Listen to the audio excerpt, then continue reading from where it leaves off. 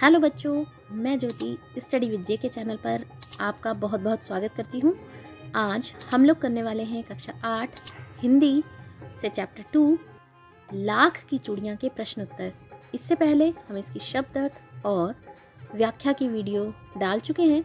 अगर आपने वो नहीं देखी है तो उसका लिंक आपको डिस्क्रिप्शन बॉक्स में मिल जाएगा, आप वहाँ से जाकर के देख सकते हैं। तो चलिए स्टार्ट करते हैं लाख की चूड़ियाँ के प्रश्न उत्तर।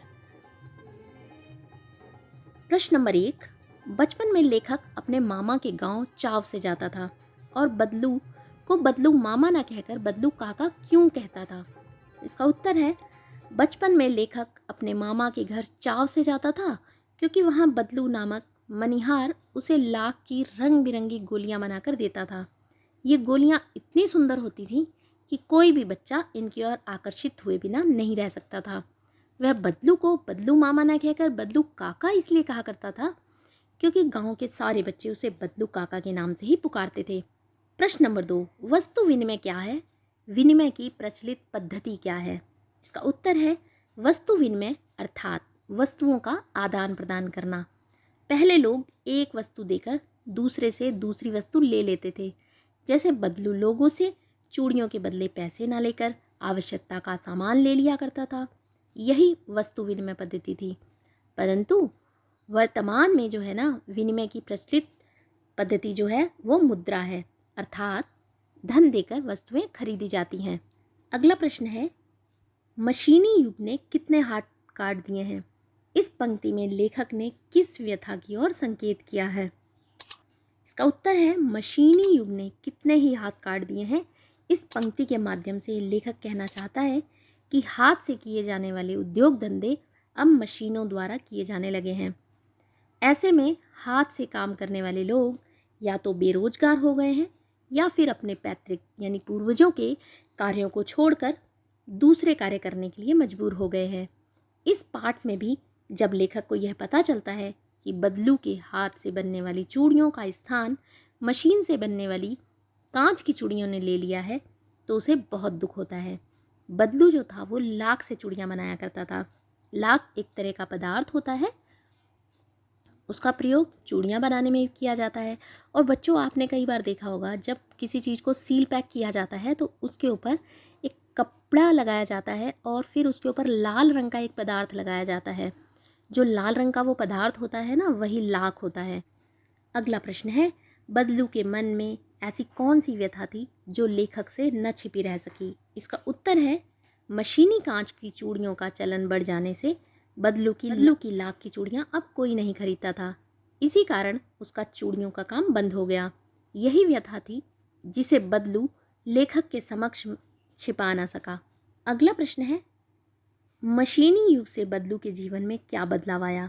इसका उत्तर है बदलू एक मनिहार था, अर्थात चूड़ियाँ बनाने वाला था।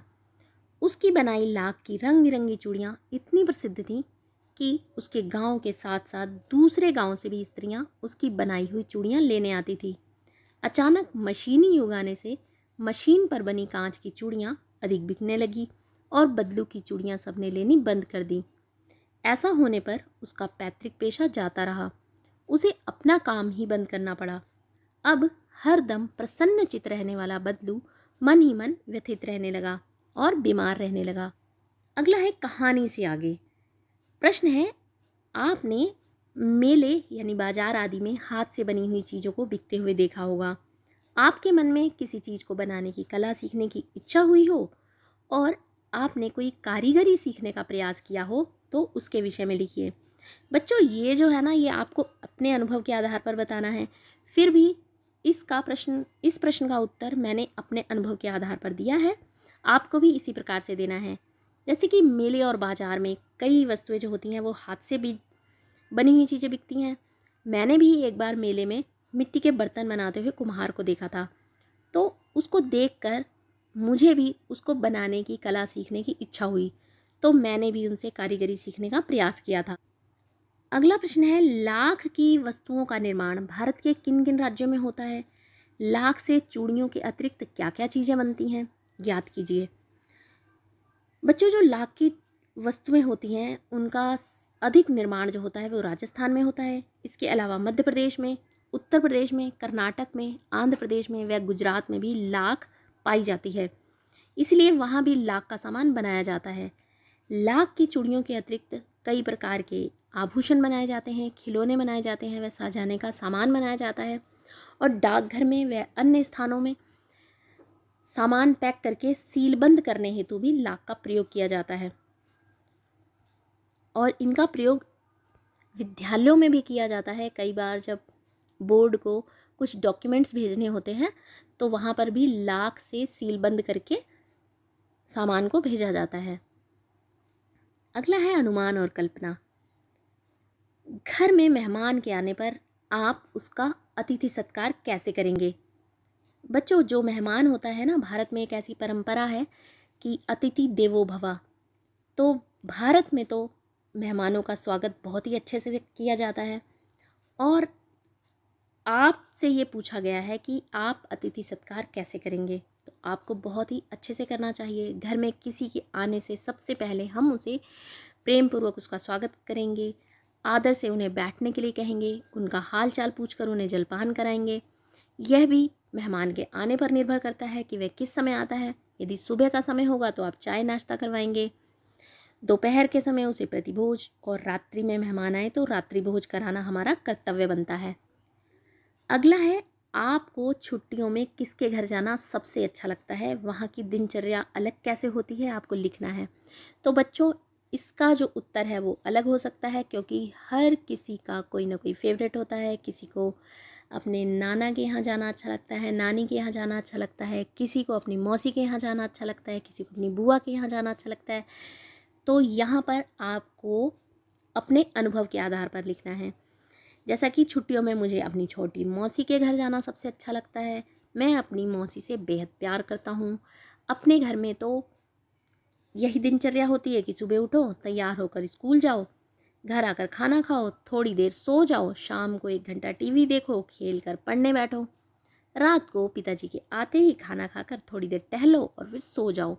परंतु जब छुट्टियां होती हैं और मौसी के यहाँ जाते हैं तो सारी ऐसी कोई भी पाबंदियां नहीं होती और मौसी जो है मुझे जी भर के मस्ती करने देती हैं।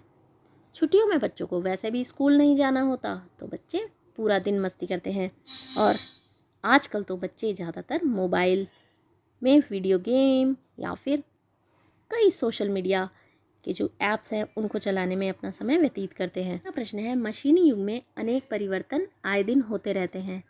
आप अपने आसपास से इस प्रकार के किसी परिवर्तन का उदाहरण चुनिए और उसके बारे में लिखिए। इसका उत्तर है, मशीनी युग के कारण बड़े से बड़े व छोटे से छोटे उद्योगों में अपार परिवर्तन आए हैं।